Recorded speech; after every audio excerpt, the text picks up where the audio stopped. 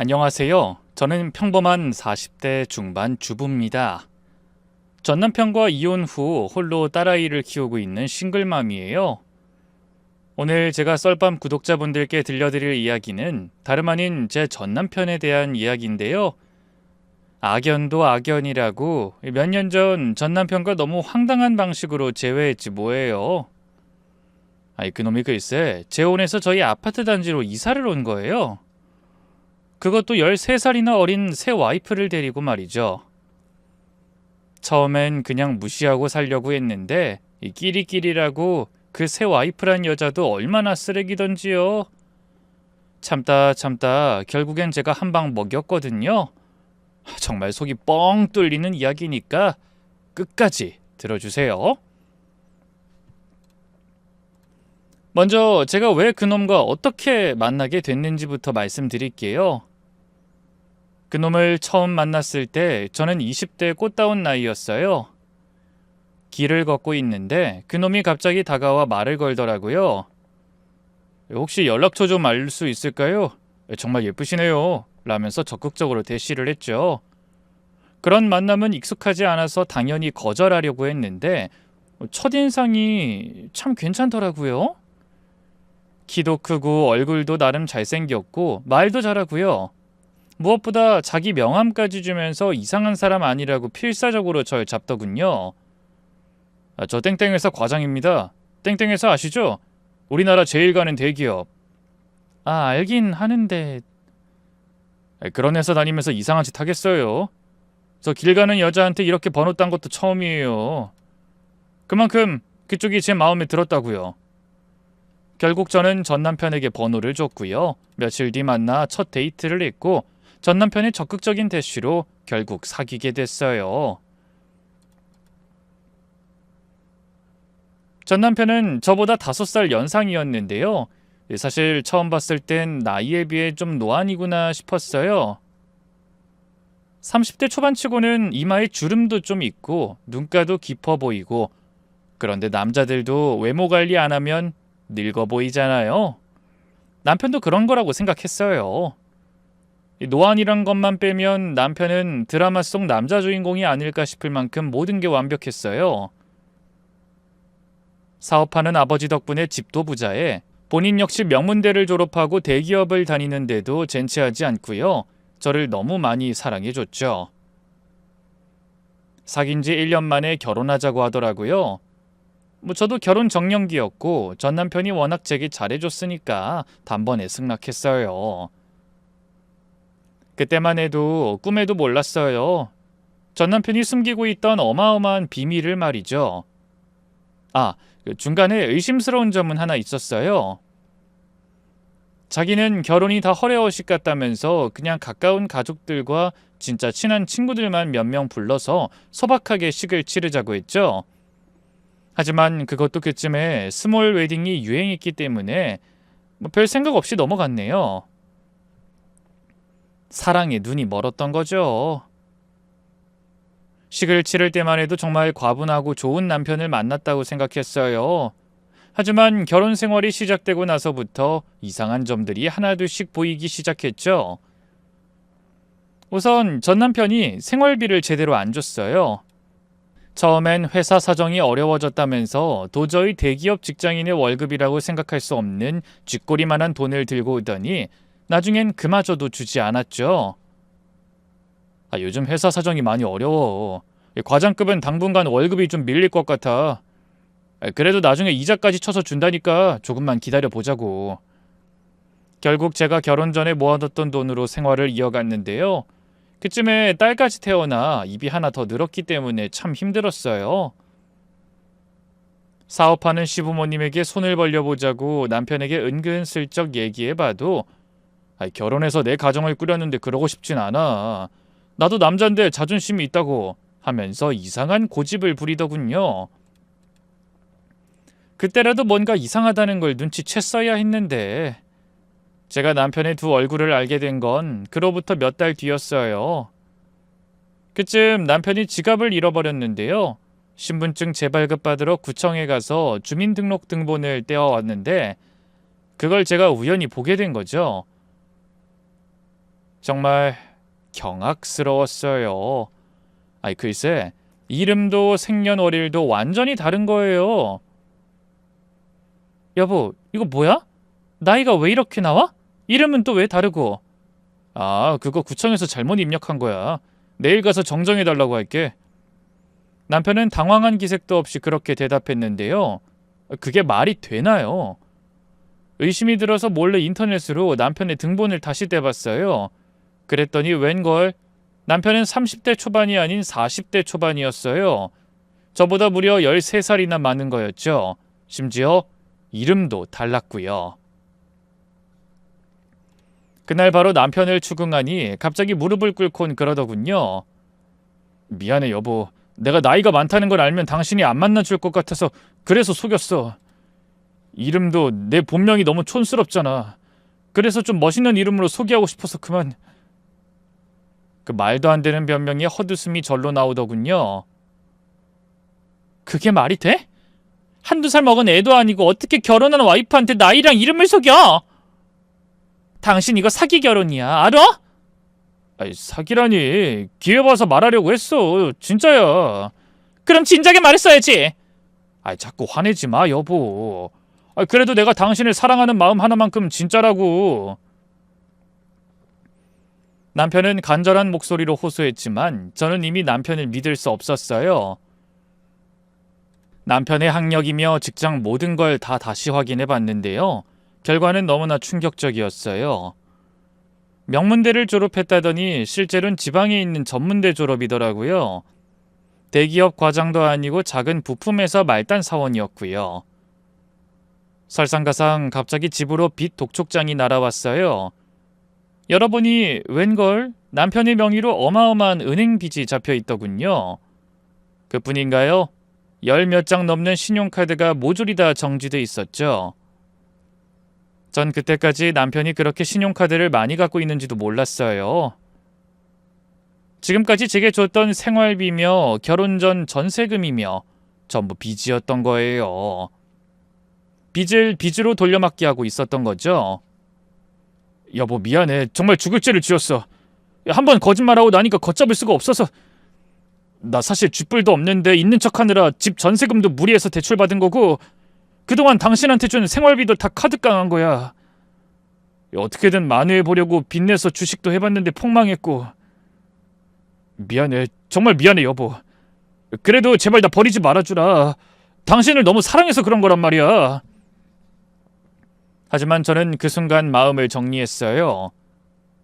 이 사람과는 더 이상 살 수 없겠다는 생각이 들더군요. 어떻게 결혼할 때까지 그렇게 완벽하게 속일 수가 있는 건지, 그동안 제가 사랑했던 사람은 존재하지도 않는 가짜였던 거죠. 심지어 시부모님도 남편의 거짓말을 다 알고 계셨어요. 그냥 묵인하는 걸 넘어서서 진짜 사업하는 집안인 것처럼 같이 연극까지 했거든요. 진실이 다 밝혀지고 나서 시부모님한테 따져 물었죠. 어머님, 어떻게 이럴 수가 있어요?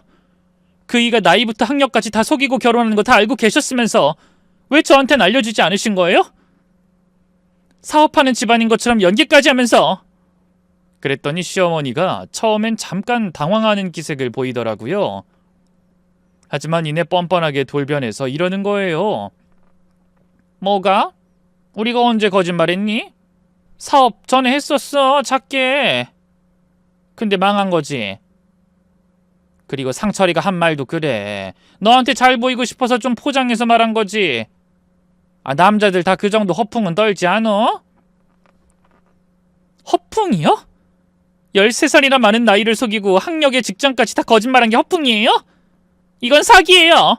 당장 콩밥 먹어도 할 말이 없다고요. 아이고, 왜 이렇게 예민하게 구니? 그까짓 나이가 뭐가 중요해? 서로 사랑하면 되는 거지. 학력도 직장도 마찬가지야. 아, 너 내가 왜 그렇게 속물적이니? 너 혹시 조건 보고 우리 아들하고 결혼한 거야? 그래서 이렇게 따지고 드는 거야? 오히려 저를 나쁘게 몰아가는 시어머니를 보고 있자니 너무 화가 나서 온몸이 덜덜 떨렸어요. 조건을 봤다고요? 제가 언제요? 전 그 사람을 사랑해서 결혼한 건데 정말 믿었는데 이렇게 뒤통수 맞으니까 기가 막혀서. 그때 잠자코 있던 시아버지가 끼어들었어요. 아니 그럼 뭐 어쩌라고? 이미 결혼해서 애까지 있는데. 옛날엔 여자들은 그냥 보쌈 당하면 끝이었어. 남편 얼굴도 못 보고 결혼했다고. 우리 상철이 정도면 훌륭한 남편감이구만. 왜 그렇게 난리야? 네 주제를 알아야지. 제 주제를 알라뇨? 제가 뭐 어때서요? 네가 우리 상철이에 비해 잘난 게 뭐가 있냐? 전문대 나와서 간호조무사나 하던 게 네 부모도 시골에서 농사짓는 촌꾼들이잖아. 그러자 옆에 있던 시어머니까지 목소리를 높여 역성을 들었어요. 그래, 넌 고마워해야 돼. 우리 상철이가 너 같은 별 볼 일 없는 애랑 결혼한다고 했을 때 내가 말은 안 했어도 얼마나 고가웠는지 아니? 시골 촌부딸이 서울 남자한테 시집 왔으면 고마워해야지. 네가 조건이 뭐가 되는데 따지고 그래? 사과하긴커녕 저희 부모님까지 모욕하는 시아버지를 보고 있자니 더는 참을 수가 없었어요. 저는 그 자리를 뒤집어 엎고 나왔고요. 제 눈치만 보고 있던 남편에게 말했어요. 이혼하자. 나 당신 같은 거짓말쟁이와는 못 살겠어. 아 여보, 제발 한 번만 용서해줘. 나 당신 없으면 못 살아. 못 살면 죽어. 나도 당신 같은 사기꾼과는 못 살겠어. 사실 이혼을 결심하기까지 정말 많은 고민을 했어요. 딸도 있는데 어떻게 쉽게 이혼을 말할 수 있었겠어요. 하지만 생각하면 할수록 더 이상은 정말 안 되겠더라고요.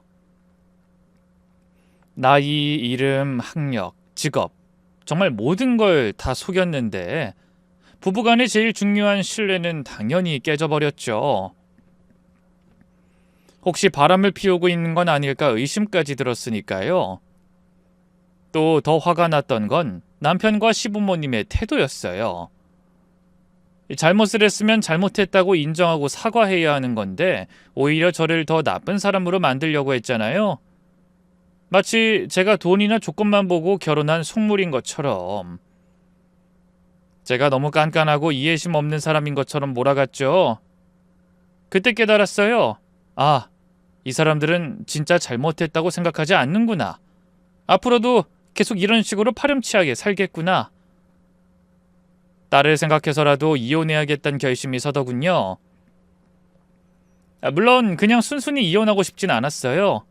너무 억울했거든요.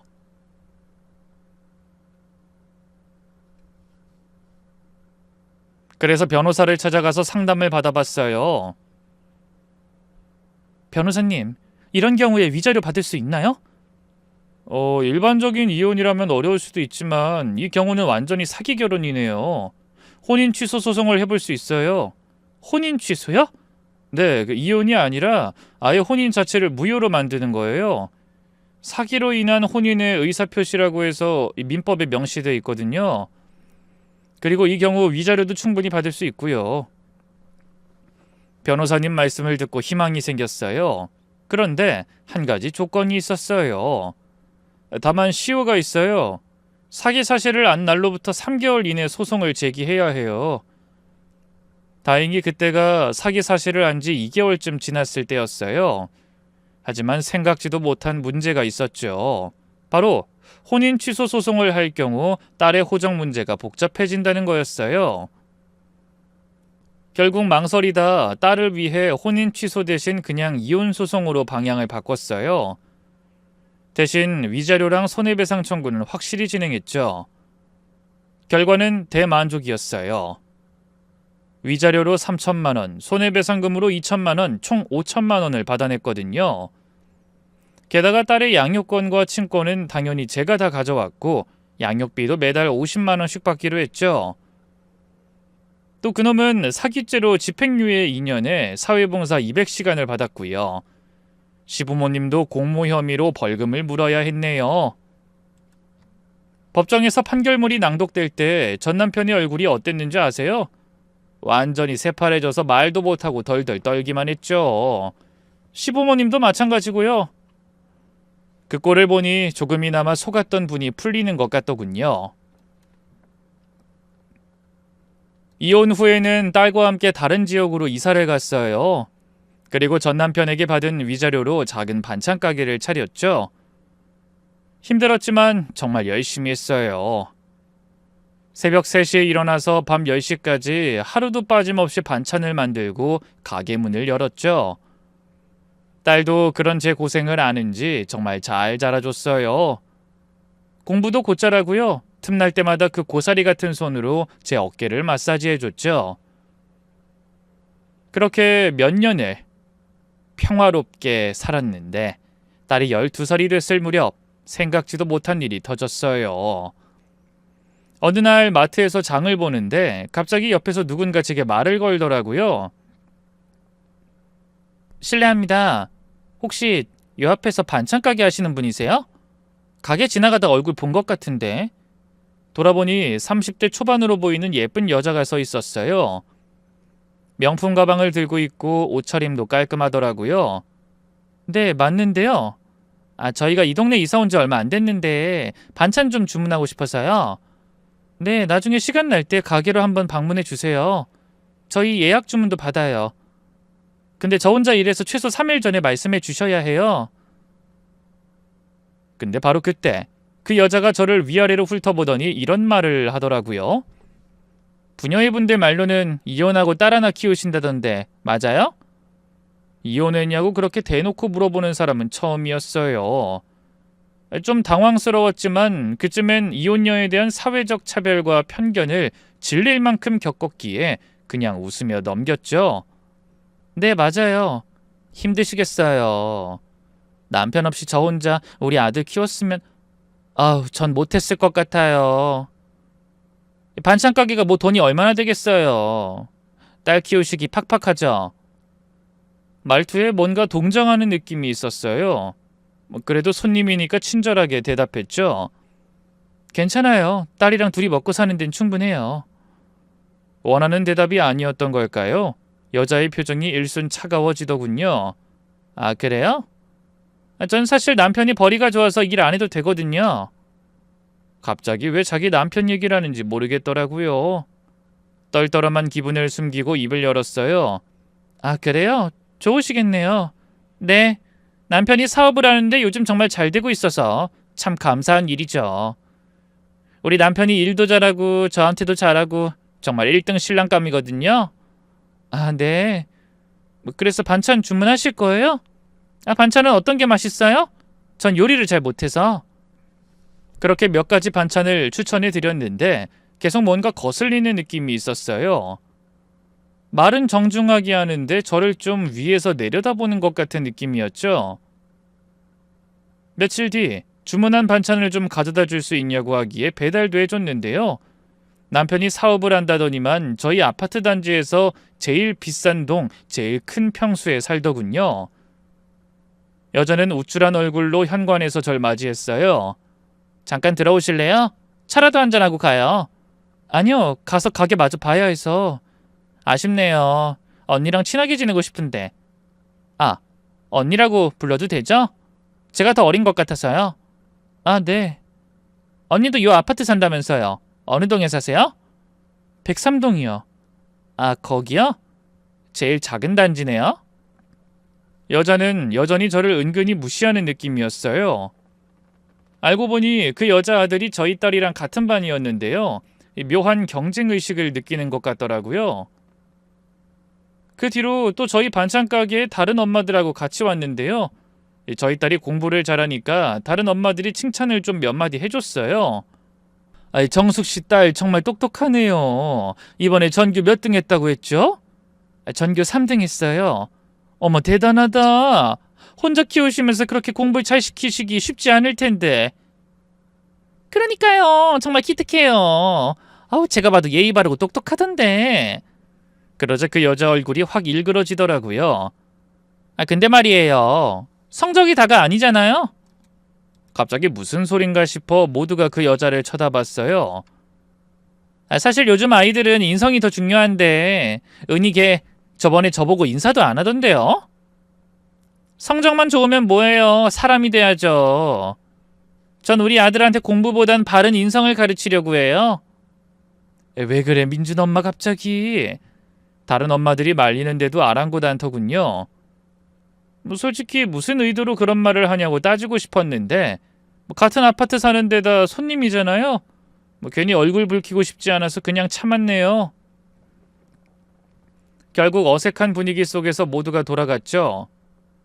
그때만 해도 꿈에도 몰랐어요. 그 여자의 충격적인 정체를 말이죠. 어느 날 오후 가게에서 반찬을 정리하고 있는데 손님이 들어왔어요. 뒤돌아보니 어김없이 그 여자더라고요. 안녕하세요, 언니. 반찬 좀 사려고 왔어요. 아, 네. 어떤 걸로 드릴까요? 제가 고를게요. 저번에 주문했던 것들이 너무 맛있더라고요. 우리 남편도 정말 좋아했어요. 그 여자가 이것저것 고르고 있는데 갑자기 가게 문이 열리면서 한 남자가 들어왔어요. 여보, 왜 이렇게 안 나와? 차에서 기다리고 있었는데. 그 목소리를 듣는 순간 저는 몸이 굳어버렸어요. 너무나 익숙한 목소리였거든요. 천천히 고개를 돌려 그 남자를 보는 순간 정말 세상이 무너지는 것 같았어요. 바로 제 전 남편이었거든요. 어? 어? 전 남편도 절 보자마자 얼굴이 새하얗게 질렸어요. 말 그대로 혼이 빠진 표정이었죠. 여보, 왜 그래? 그 여자가 이상하다는 듯이 물어봤어요. 아니, 그냥. 전 남편은 말을 더듬거리면서 아무 말도 못했고요. 차에서 기다리겠다면서 허둥지둥 나가버렸죠. 저도 너무 충격을 받아서 한동안 말이 안 나왔네요. 설마 꺼림직한 이혼 여자의 남편이 내 전 남편이었을 줄이야. 혹시 일부러 그걸 알아서 날 괴롭힌 건가 의심이 들었는데요. 여자는 오히려 이상하다는 표정으로 제게 묻더라고요. 언니, 혹시 제 남편하고 아는 사이예요? 고민하다가 일단은 아니라고 했어요. 아니요, 모르는 사람이죠. 그냥 아는 사람을 많이 닮아서 좀 놀란 거예요. 아, 그렇구나. 우리 남편만큼 잘생긴 남자가 또 있다니 놀랍네요. 여자는 아무것도 모르는 눈치였어요. 여자가 가고 나서도 저는 그 자리에 멍하니 서서 한동안 아무것도 할 수가 없었어요.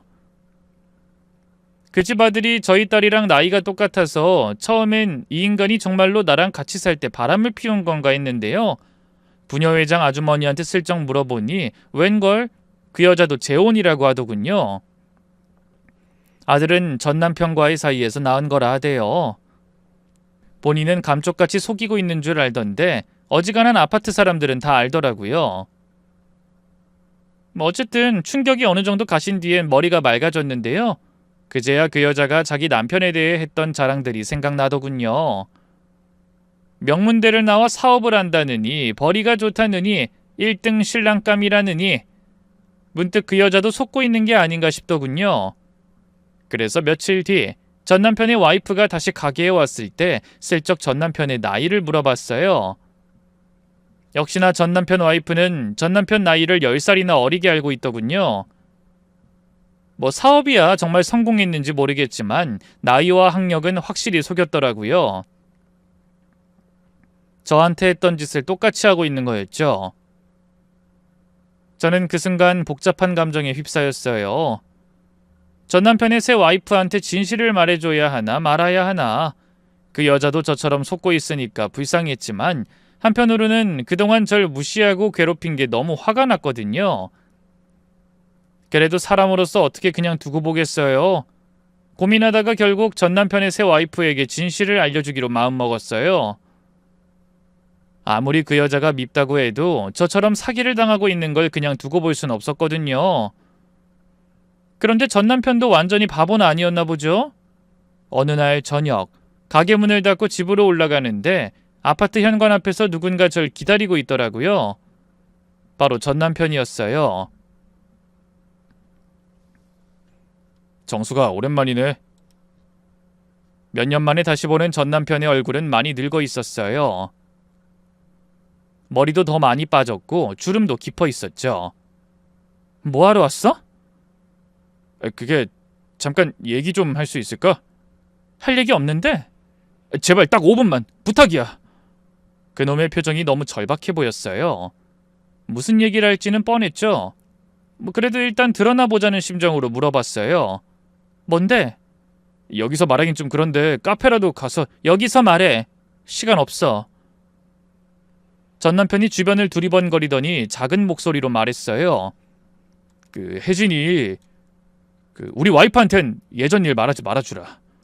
역시 그거였어요. 새 아내한테 들킬까봐 무서워서 온 거였죠. 왜? 뭐가 무서운데? 아니, 무서운 게 아니라 그냥 굳이 알 필요 없는 일이잖아. 우리 이미 끝난 사이고. 단순히 그것뿐만이 아니잖아. 너 네 새 와이프한테도 나한테 했던 사기짓 똑같이 했더라? 아니야. 아니긴 뭐가 아니야. 내가 다 알아봤어. 제 말에 전 남편의 얼굴이 새파래졌어요. 아무 말도 못하고 있는 꼴을 보고 있자니 저는 더 화가 났죠. 너 정말 뻔뻔하다. 사기죄로 실형까지 살았으면서 또 다른 여자 속이고 결혼을 해? 네가 그러고도 인간이야? 정수가 제발 이번만은 그냥 넘어가줘. 혜진이랑도 헤어지면 나 진짜 못 살아. 제발 딱 한 번만 봐줘. 평생 잊지 않을게. 급기야 그놈은 눈물까지 글썽이면서 제 앞에 무릎을 꿇었어요. 일어나. 창피하게 뭐 하는 거야? 정수가 진짜 부탁이야. 혜진이한테만은 말하지 말아줘. 저는 그 모습을 보면서 좀 복잡한 기분이 들었어요. 하지만 그냥 넘어가선 안 될 일이었죠. 어쨌든 네 와이프한텐 진실을 말해줄 생각이야. 알 권리가 있잖아. 안 돼. 제발 그러지 마. 난 할 말 다 했으니 이만 돌아가. 정수가! 정수가! 전 남편이 제 팔을 잡으려고 했지만 전 뿌리치고 집 안으로 들어가 버렸어요. 그 뒤로 며칠 동안 계속 연락을 해대더군요. 전화도 하고 문자도 보내고, 하지만 저는 다 무시했죠. 그리고 반찬 가게에 전 남편 와이프가 찾아왔을 때 조심스럽게 입을 열었네요. 혹시 남편분에 대해서 자세히 알아보고 결혼하신 거 맞아요? 네? 갑자기 그게 무슨... 아니 그냥 요즘 사기 결혼도 많다고 해서요. 나이나 학력, 직업 같은 걸 속이고 결혼하는 경우도 있다고. 차마 제가 그 인간 전처라는 얘긴 못하겠더군요. 남사스럽기도 하고 서로 입장만 곤란해지겠다 싶어서요. 어쨌든 제 말을 들은 전 남편의 새 와이프 표정이 급변했어요. 언니, 지금 무슨 말씀하시는 거예요? 아니 난 그냥 일반적인... 언니 지금 나 질투해요? 질투라뇨? 내가 손님을 왜... 질투하는 거 맞잖아요. 언닌 이혼하고 반찬 가게나 하면서 힘들게 딸 키우는데 난 우리 신랑하고 알콩달콩 행복하게 잘 사니까. 그 말도 안 되는 얘기에 열이 확 올랐어요. 반찬 가게라뇨? 제 일이 어때서요? 그리고 전 그쪽 질투한 적 없어요. 웃기고 있네. 다 티나거든요? 전 남편의 새 와이프는 완전히 돌변해서 절 공격하기 시작했어요. 언니, 솔직히 말씀드릴게요. 전부터 좀 이상하다고 생각했어요. 괜히 제 앞에서 딸 자랑만 열심히 하면서 저희 민준이 기죽이려고 하고 저한테도 계속 시비 걸고 이혼녀들은 다 꼬여있다더니 정말 그러네요. 지금 대체 뭔 소리 하는 거예요? 그쯤 해요. 선 넘지 말라고요. 선을 먼저 넘은 게 누군데? 언니, 저희 남편한테 관심 있는 거 아니에요? 저번에 만났을 때도 어쩐지 얼굴에서 눈을 못 떼더라니. 감히 누굴 넘보고 꼬리를 쳐? 다신 나랑 우리 신랑 앞에 나타날 생각 마! 전 남편의 새 와이프는 그렇게 말하곤 화를 내면서 가버렸어요. 저는 그 자리에 멍하니 서 있었어요. 진실을 말해주려고 했는데 오히려 욕만 먹고 마니까 너무 분하더군요. 특히 꼬리를 치지 말라는 등 하는 말엔 천불이 나더라고요. 그래서 결심했어요. 이제 그 여자한테 진실을 알려주려는 생각은 접고 그냥 엮이지 말고 살자고요. 어차피 말해줘도 안 믿을 것 같았거든요. 그 일 이후로 전 남편의 새 와이프는 더욱 노골적으로 절 무시하기 시작했어요. 아파트 단지 안에서 만나면 일부러 인사도 안 받고 지나가거나 다른 사람들과 얘기하다가 저만 보면 갑자기 목소리를 낮춰서 수군거리곤 했어요. 더 심한 건 딸이 학교에서 당하는 일들이었어요. 엄마, 오늘 민준이가 이상한 말 했어. 뭐라고? 반 애들한테 내가 아빠 없이 커서 성격이 이상하다는 거 있지? 막 엄마 반찬 맛없다고 욕도 하고. 뭐? 어른 싸움에 애들을 끼우다니 참 사람이 덜 됐다 싶더군요. 얼른 딸을 끌어안고 토닥였어요. 우리 딸, 그런 말 들으면 속상하지? 속상해. 그래도 뭐 괜찮아. 민준이랑 같이 안 놀면 되니까. 걔가 하는 말 다 사실 아니잖아. 그래, 역시 내 딸이야. 그렇게 그냥 계속 무시해. 똥이 더러워서 피하지 무서워서 피하니? 하지만 무시하고 싶어도 무시가 잘 안 됐어요. 더욱 심각한 건 다른 반 엄마들까지 저를 이상하게 보기 시작했다는 거예요. 한 번은 학교 앞에서 다른 학부모를 만났는데 그분이 이런 말을 하더라고요. 정숙 씨, 요즘 많이 힘드시죠? 혼자 아이 키우면서 일까지 하시니까. 아니에요, 괜찮아요. 그래도 아이 교육은 좀 신경 써서 하세요. 너무 공부만 시키면 아이가 스트레스 받는다고 하더라고요. 네? 그게 무슨... 학원을 6개나 보낸다면서요? 따로 과외도 하고... 아유, 벌써부터 그럼 애가 불쌍하잖아요. 네? 저 안 그래요. 애한테 생전 공부로 스트레스 준 적 없는데? 심지어 제가 가정 있는 유부남에게 꼬리를 친다는 소문까지 돌더군요. 이후 반찬 가게 손님은 급격하게 줄어들었고요. 매출도 반토막이 났죠. 원흉인 헛소문의 출처가 어딘진 뻔했어요. 그래도 시간이 지나면 잠잠해질 거라고 생각했는데 그 여자는 멈출 생각이 없어 보였네요. 그달에 또 부녀의 모임이 있었는데요. 전 원래 안 가려고 했는데 딸이 이런 말을 하더라고요. 엄마, 민준이가 자기 엄마가 오늘 부녀회에서 우리 얘기한다고 했어. 우리 얘기? 응, 뭔가 안 좋은 얘기인 것 같아. 민준이가 웃으면서 오늘 네 엄마 욕 많이 먹을 거야 라고 그러더라고. 그 말을 듣고 저는 화가 확 올랐어요. 그 여자가 부녀회에서 또 어떤 헛소리를 퍼뜨릴지 걱정이 되기도 했고요. 엄마가 가서 정리 한번 할게. 괜찮을까? 괜찮아. 엄마가 처리할게. 그래서 그날 저녁 부녀회 모임에 참석했어요. 회관에 들어가니 이미 15명 정도의 이웃 엄마들이 모여 있었어요. 전 남편의 새 와이프 역시 다른 엄마들과 신나서 얘기하고 있었죠. 제가 들어가자 잠깐 조용해졌다가 다시 웅성거리기 시작하더군요. 어머, 은희 엄마 오셨네요? 오랜만이에요. 인사를 받긴 했지만 뭔가 어색한 분위기였어요. 모임이 시작되고 이런저런 아파트 관리 얘기가 나오다가 자연스럽게 아이들 교육 얘기로 넘어갔어요. 그때 전 남편의 새 와이프가 입을 열었어요. 요즘 아이들 교육 문제가 좀 심각한 것 같아요. 뭐가요? 너무 경쟁만 시키는 것 같아서요. 아이들이 스트레스를 많이 받잖아요. 다른 엄마가 그래도 공부는 해야죠 라고 하니까 피식 웃으며 절 보더군요. 물론 공부도 중요하죠. 하지만 과도하게 시키면 문제가 생겨요. 특히 가정환경이 불안정한 아이들은 더더욱 조심해야 한다고 생각해요. 가정환경이 어떤... 그냥 이혼 가정이나 그런 경우요. 그런 아이들은 정서적으로 불안할 수 있잖아요. 또 이혼 가정 얘기가 나왔어요. 엄마들이 기다렸다는 듯 말을 못하더군요. 맞아요. 아이들한테는 안정된 가정이 제일 중요하죠. 요즘 이혼 많이 하는데 아이들 참 불쌍해요. 그러자 전 남편의 새 와이프가 기다렸다는 듯이 말을 이어갔어요. 맞아요.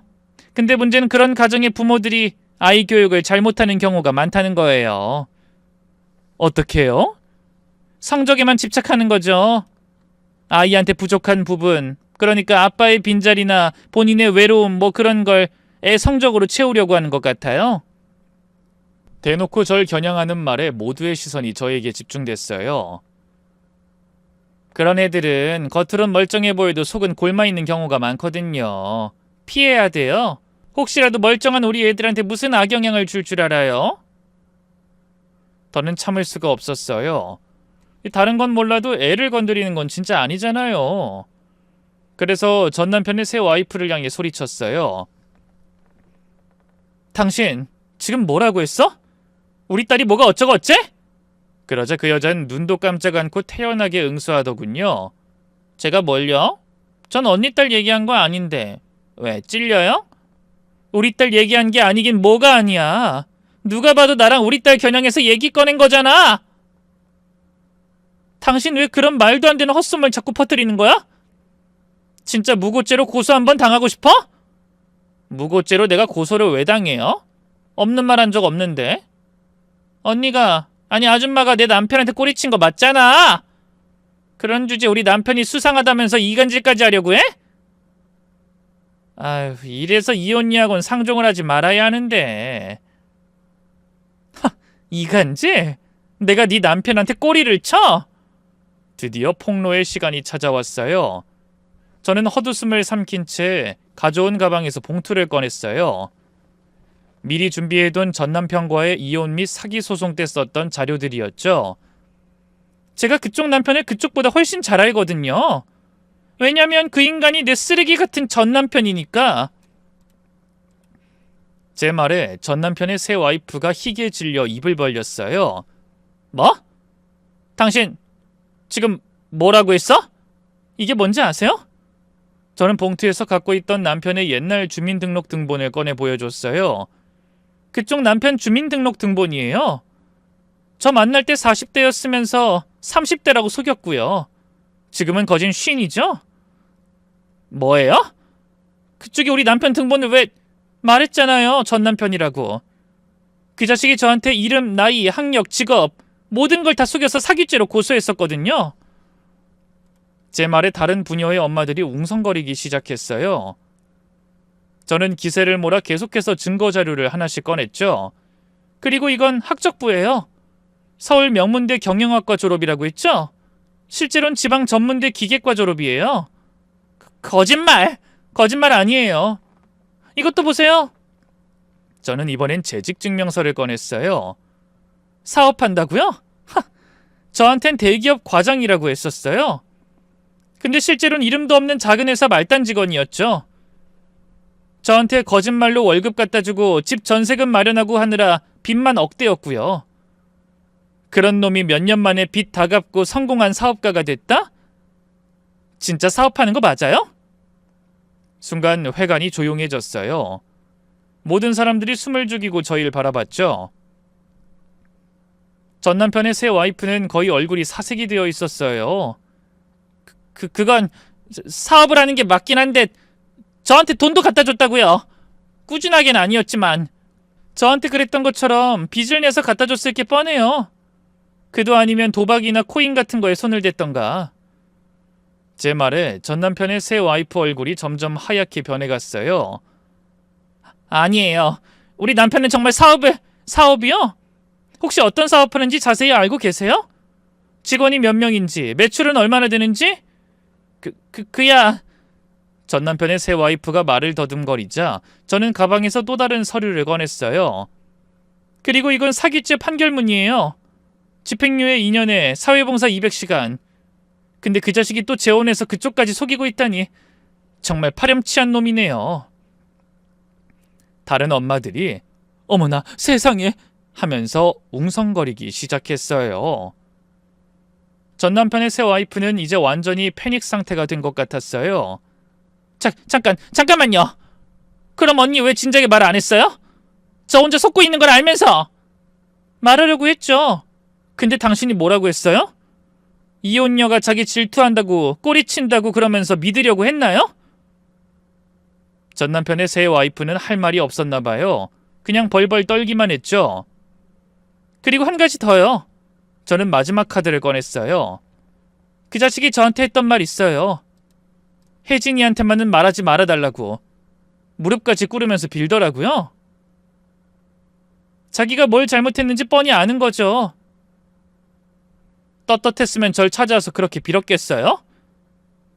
우리 남편이 그런 말을? 네, 며칠 전에 제 앞에서 빌었어요. 들키면 안 되니까요. 전 남편의 새 와이프가 갑자기 자리에서 벌떡 일어났어요. 저 먼저 가볼게요. 그러고는 허둥지둥 회관을 뛰쳐나갔죠. 보나마나 전 남편을 만나 그놈이 사기친 걸 다 파헤치고 푸닥거리를 하러 가는 걸 텐데 과연 어떤 일이 벌어질까 은근히 기대가 되더라고요. 그렇게 1시간쯤 지났을까요? 집에 돌아와서 딸과 함께 저녁을 먹고 있는데 갑자기 건물 밖에서 큰 소리가 들리기 시작했어요. 꽝! 뭔가 던지는 소리 같았죠. 그 다음엔 여자 목소리로 야, 너 지금까지 나 완전히 바보로 만들었구나! 하는 고함이 들렸어요. 다름 아닌 전 남편의 새 와이프 목소리였죠.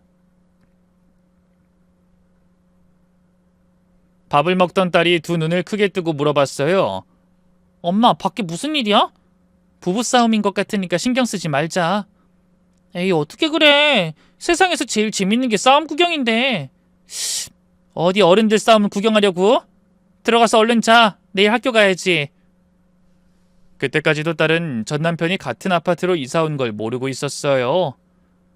워낙 어릴 때 헤어져서 지 아빠를 못 알아볼 수도 있지만 혹시라도 알아볼 수도 있으니까 마주치기에서 좋을 게 없다 싶었죠.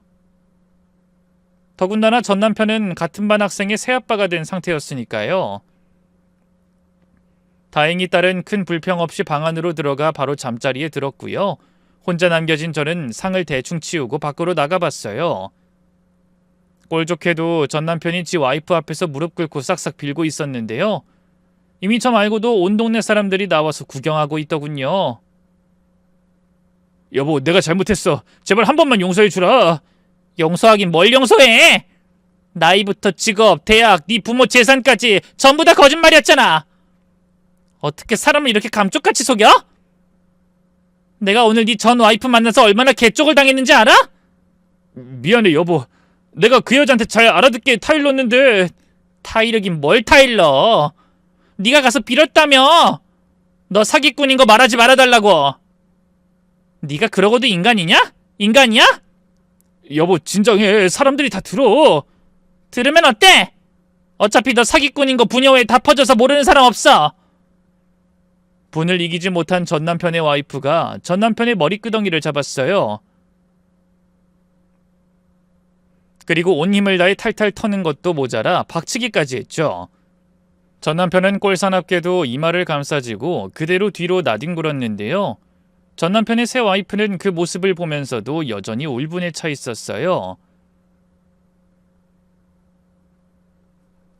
그동안 사업 잘 돼서 가져왔다는 돈도 죄다 도박한 돈 아니면 대출받은 돈이었고 어떻게 그럴 수가 있어? 네 앞으로 빚이 대체 얼마나 있는 거야? 얼마 안 돼. 그거 내가 금방 갚을 수 있어. 거짓말! 또 말도 안 되는 사기 치려고? 이 사기꾼아. 네가 뭔 재주로 갚아. 멀쩡하게 다니는 회사도 없는 주제에 너 그동안 일하러 간다고 하고 허구한 날 밖에 나가서 도박만 했지. 내가 방금 네 핸드폰 다 뒤져봤어. 네 친구놈들이랑 나눈 문자며 카드 사용 내역 다 확인했다고. 그 말에 전 남편은 아무 말도 하지 못했어요. 그러자 전 남편의 새 와이프가 다시 물어봤죠. 그러니까 사실대로 말해. 너 대체 빚이 얼마나 되는 거야? 그게 한 4억 정도. 세상에, 저랑 살 때보다 빚이 갑절은 더 늘었더군요. 그 말에 전 남편의 새 와이프 얼굴이 새하얗게 질렸어요. 너 미쳤어? 사업 때문에 당장 현금 없다는 이유로 결혼식 비용이며 이 집도 다 우리 친정에서 해줬는데 그거 다 갚는다며? 사업 안정돼서 자리 잡고 거래처에서 현금 들어오면 다 갚는다고 했잖아. 이 개자식아! 근데 어떻게?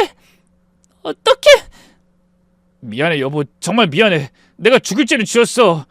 내가 조만간에 다 사실대로 말하려고 했는데. 그럼 진작에 말했어야지. 네가 어떻게 나한테 이럴 수가 있어? 기어이 전 남편의 와이프가 울기 시작했어요. 어떻게 이럴 수가 있어? 어떻게 사람이 이럴 수가 있냐고? 통곡을 하는 지 와이프를 앞에 두고 전 남편은 어쩔 줄 몰라 했어요. 여보 미안해. 정말 미안해. 미안하다고. 몇 년 동안 날 바보로 만들어놓고 미안하다고. 고작 그 사과가 다야? 내 망가진 인생 책임져. 너 같은 놈이랑 재혼한 내 인생 책임지라고. 내가 왜 너 같은 사기꾼 새끼랑 재혼을 했는지.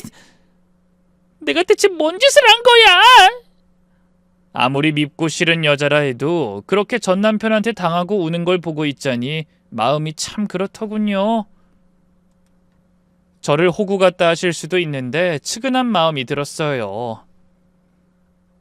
한때는 저도 전 남편에게 배신당한 피해자였으니까요. 그런데 전 남편이 저지른 만행은 거기서 끝이 아니었어요. 그리고 전 남편의 와이프가 울면서 소리쳤어요. 너 연락하고 있던 다른 여잔 뭐야? 뭔 소리야? 잡아댈 생각 마! 휴대폰 확인했다고 했잖아. 네가 그 여자랑 나눈 문자 다 봤다고? 아이, 그거는 20대 여자애랑 바람 피우고 있잖아. 오빠 보고 싶어. 오빠 언제 와? 이런 말 나눈 거 다 봤다고? 이 개자식! 이건 진짜 충격이었어요. 저한테 사기치고 새 와이프한테도 사기치고 거기다 바람까지 피우고 있었다니. 만나기로 약속도 잡았잖아. 내가 다 봤어. 그러고도 네가 인간이야? 어떻게 이럴 수가 있어? 아이, 그건 걔가 먼저 자꾸 날 꼬셔서 하도 귀찮게 하길래 문자만 했지 별거 안 했어. 아, 손도 안 잡았다고, 진짜야. 너 지금 그걸 말이라고 해? 전 남편의 와이프가 기어이 전 남편의 뺨을 때렸어요. 한 대도 모자라 연거푸 전 남편의 뺨이 부풀어 오를 때까지 미친 듯이 때렸죠. 이 사기꾼 바람둥이 도박꾼아! 여보, 제발 그만해. 아파. 그만 좀. 아파? 넌 더 아파도 돼. 더 맞아도 싸다고. 여보, 제발 한 번만 용서해줘. 용서? 웃기고 있네. 몇 년 동안 날 속였는데 용서를 내가 어떻게 해? 나 당신 없으면 못 살아. 못 살면 죽어. 차라리 죽으라고. 이 대사 제가 몇 년 전에 전 남편한테 했던 말과 똑같았어요. 무슨 코미디도 아니고 헛웃음이 절로 나오더군요. 지켜보던 동네 사람들이 슬슬 전 남편 와이프를 말리기 시작했고요. 전 남편의 새 와이프는 씩씩거리며 선언하듯 외쳤어요. 나 내일 변호사 만날 거야. 이혼 소송할 거니까 딱 기다려. 여보, 제발. 제발은 뭔 제발이야? 위자료도 다 받아낼 거니까 각오하고 있어. 전 남편의 새 와이프는 그렇게 건물 안으로 들어가 버렸고요. 혼자 남겨진 전 남편은 그제야 수치심이 몰려왔는지 얼굴을 가린 채 저 멀리 아파트 단지 밖으로 달려나가 버렸어요. 저는 속으로 생각했죠.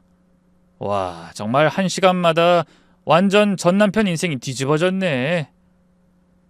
다음날 아침 아파트 엘리베이터에서 다른 주민들을 만났는데요. 아니나 다를까 어제 있었던 일을 자기들끼리 수군대더군요. 아유, 봤어? 그 집 남편 바람까지 피우고 있었다면서? 아우, 사기꾼 주제 무슨. 몇 시간 뒤엔 전 남편 와이프가 제 반찬 가게로 찾아왔어요. 눈이 퉁퉁 부어있고 얼굴이 완전히 망가져 있었어요. 또 따지려나 싶었는데 웬걸 제 앞에서 갑자기 무릎을 꿇더라고요. 언니, 정말 죄송해요. 제가 너무 잘못했어요. 일어나세요. 손님들이 봐요. 언니가 용서해 주실 때까지 안 일어날 거예요. 먼저 일어나서 얘기해요. 그럼 용서해 주시는 거예요? 알겠으니까 일단 일어나요. 전 남편 와이프가 일어나자 저는 말했어요. 어제 많이 힘드셨죠? 네. 언니 말이 다 맞았어요. 정말 사기꾼이었어요. 나이, 학력, 직업 모든 게 다 거짓말이었어요. 도박도 하고 있었고요. 네. 빚만 4억이 넘는데요. 그리고 다른 여자까지. 전 남편 와이프가 또 울기 시작했어요. 그래서 어떻게 하실 거예요? 언니처럼 이혼 소송하려고요. 그래서 말인데요. 언니 이혼할 때 선임했던 변호사 소개해 주시면 안 될까요? 저는 잠깐 생각해 봤어요. 이 여자도 결국 저처럼 피해자였으니까요. 비록 저를 괴롭히긴 했지만 그것도 따지고 보면 다 전 남편 때문이었던 거잖아요. 알겠어요. 제가 썼던 변호사 소개해 드릴게요. 근데 조건이 있어요. 네, 뭐든지 할게요. 첫째, 그동안 저와 제 딸에 대해 퍼뜨린 헛소문 다 정정하세요. 둘째, 민준이한테도 제대로 얘기해서 우리 은희한테 사과하게 하세요. 네, 당연히 그렇게 해야죠. 정말 감사해요, 언니. 그리고 한 가지 더. 네? 그동안 저한테 한 일들 진심으로 사과하세요. 그 말에 전 남편 와이프가 다시 고개를 깊이 숙였어요. 언니 정말 죄송했어요. 제가 미쳤었어요. 질투에 눈이 멀어서. 언니가 얼마나 힘드셨을지 정말 죄송해요. 그렇게 저는 전 남편의 와이프를 용서했고요. 며칠 뒤부터 아파트 분위기가 완전히 바뀌었어요. 전 남편 와이프가, 아니 민준 엄마가 그동안 저에 대해 퍼뜨린 나쁜 소문들을 다 정정해준 덕분이었죠. 반찬 가게를 찾는 손님들도 다시 늘어났고 매출도 금방 회복세를 탔죠. 무엇보다 속이 시원했어요. 그동안 쌓였던 억울함이 한 번에 해소된 기분이었거든요. 지리한 법적 다툼 끝에 민준 엄마의 이혼 소송도 승소했어요. 혼인 무효화에도 성공했고요. 위자료도 톡톡히 받아냈죠. 물론 전 남편이 전부 빚뿐이라 그 인간 부모가 또 빚을 내서 마련해 준 것 같더라고요. 전 시부모가 잠시나마 안쓰럽기도 했지만 자식 새끼 잘못 키운 벌을 받는 거죠 뭐. 자업자득이란 말이 괜히 있나요? 그리고 가장 중요한 사실, 전 남편은 또다시 사기죄로 조사를 받게 됐는데요. 수사 과정에서 더 충격적인 사실들이 밝혀졌어요. 전 남편이 저희 말고도 또 다른 여자들을 속인 적이 있었던 거예요. 경찰 조사 결과 전 남편은 지난 10년 동안 무려 5명의 여자를 같은 수법으로 속였다고 하더라고요. 저와 민준 엄마 말고도 3명이 더 있었던 거죠. 완전히 상습법이네요. 이건 정말 악질이에요. 수사관도 혀를 찰 정도였어요. 결국 전 남편은 검찰에 기소됐고 재판을 받게 됐는데요. 법정에서 만난 전 남편은 완전히 늙어 있었어요. 머리는 거의 다 빠지고 얼굴도 초췌해져서 60대로 보일 정도였어요. 피고인 박상철은 지난 10년간 5명의 여성에게 허위 신분을 사용하여 접근, 결혼 또는 교제를 빙자한 사기 행위를 저질렀습니다. 특히 같은 수법을 반복 사용한 상습 사기범으로 피해자들에게 정신적, 경제적 피해를 가한 죄질이 매우 불량합니다. 전 남편은 결국 징역 3년의 벌금형을 선고받았어요. 그리고 피해자들에게 총 1억 원의 손해배상금을 지급하라는 판결까지 나왔죠. 하지만 전 남편에게 그런 큰 돈이 있을 리 없잖아요. 전 시부모도 이번만큼은 도와줄 수 없다며 선을 그은 모양이더군요. 결국 전 남편은 그나마 얼마 없던 재산도 모두 압류되고 출소 후에도 계속 빚을 갚아야 하는 신세가 됐어요. 재판장에서 죄를 뉘우치긴커녕 계속 억울하다 울부짖던 그놈이 교도소로 끌려가는 모습을 봤을 땐 10년 묵은 채증이 싹 내려가는 것 같았네요. 더 결정적인 건 언론에까지 보도된 거였어요. 무려 5명 여성 속인 상습 결혼 사기범 실형. 신문에 전 남편 사진까지 나오면서 완전히 사회적으로 매장됐죠. 출소 후에도 전 남편은 제대로 된 직장을 구할 수 없었어요. 인터넷에 기사가 다 남아있으니까 어디 가서도 들통나는 거죠. 결국 전 남편은 지방의 작은 공장에서 일용직으로 전전하며 근근히 살고 있다고 들었어요. 이제 전 남편이 또 다른 여자를 속일 일은 없을 거예요. 인터넷에 기사가 다 나와 있으니까 누구든 검색만 해보면 다 알 수 있거든요. 그리고 설사 또 속이려고 해도 이젠 불가능해요. 신분증 확인만 해도 전과자라는 게 다 나오니까요. 평생 혼자 살면서 자신이 저질렀던 죄의 대가를 치러야 하는 거예요. 재판이 끝나고 나서 민준 엄마가 제게 말했어요. 언니 정말 고마워요. 언니 덕분에 새 인생을 시작할 수 있게 됐어요. 다행이에요. 근데 한 가지 궁금한 게 있어요. 뭔데요? 언니는 이혼했을 때 어떻게 그렇게 침착하게 대처할 수 있었어요? 전 정말 멘붕이었는데. 저는 웃으면서 대답했어요. 저도 그땐 멘붕이었죠 뭐. 지금 민준 엄마 도와준 거야 경험이 있으니까 그런 거고요. 경험자로서 하는 말인데 지금 이렇게 당한 거에 너무 묶여있지 마요. 자기 살만 깎아먹는 짓이에요. 민준이 생각해서라도 다 잊고 앞만 보고 살아요. 제 말에 민준 엄마의 두 눈에 눈물이 팽 돌았어요. 역시 언닌 대단해요. 그리고 정말 고마워요. 뭘요? 덕분에 저도 좋은 구경했어요.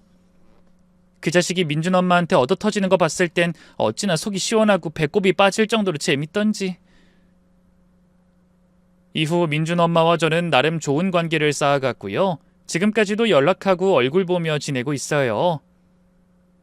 정말 악연도 인연인가 봐요. 어쨌든 결과적으로는 다 잘 됐네요. 전 남편은 달게 벌을 받고 있고 저는 딸과 함께 행복하게 살고 있고 민준 엄마도 새로운 인생을 시작했으니까요. 혹시 여러분 중에도 비슷한 일을 겪고 계신 분이 있다면 포기하지 마세요. 진실은 언젠가 밝혀지고 정의는 반드시 승리합니다. 저처럼 말이에요. 긴 이야기 들어주셔서 감사합니다. 모두 건강하고 행복하세요.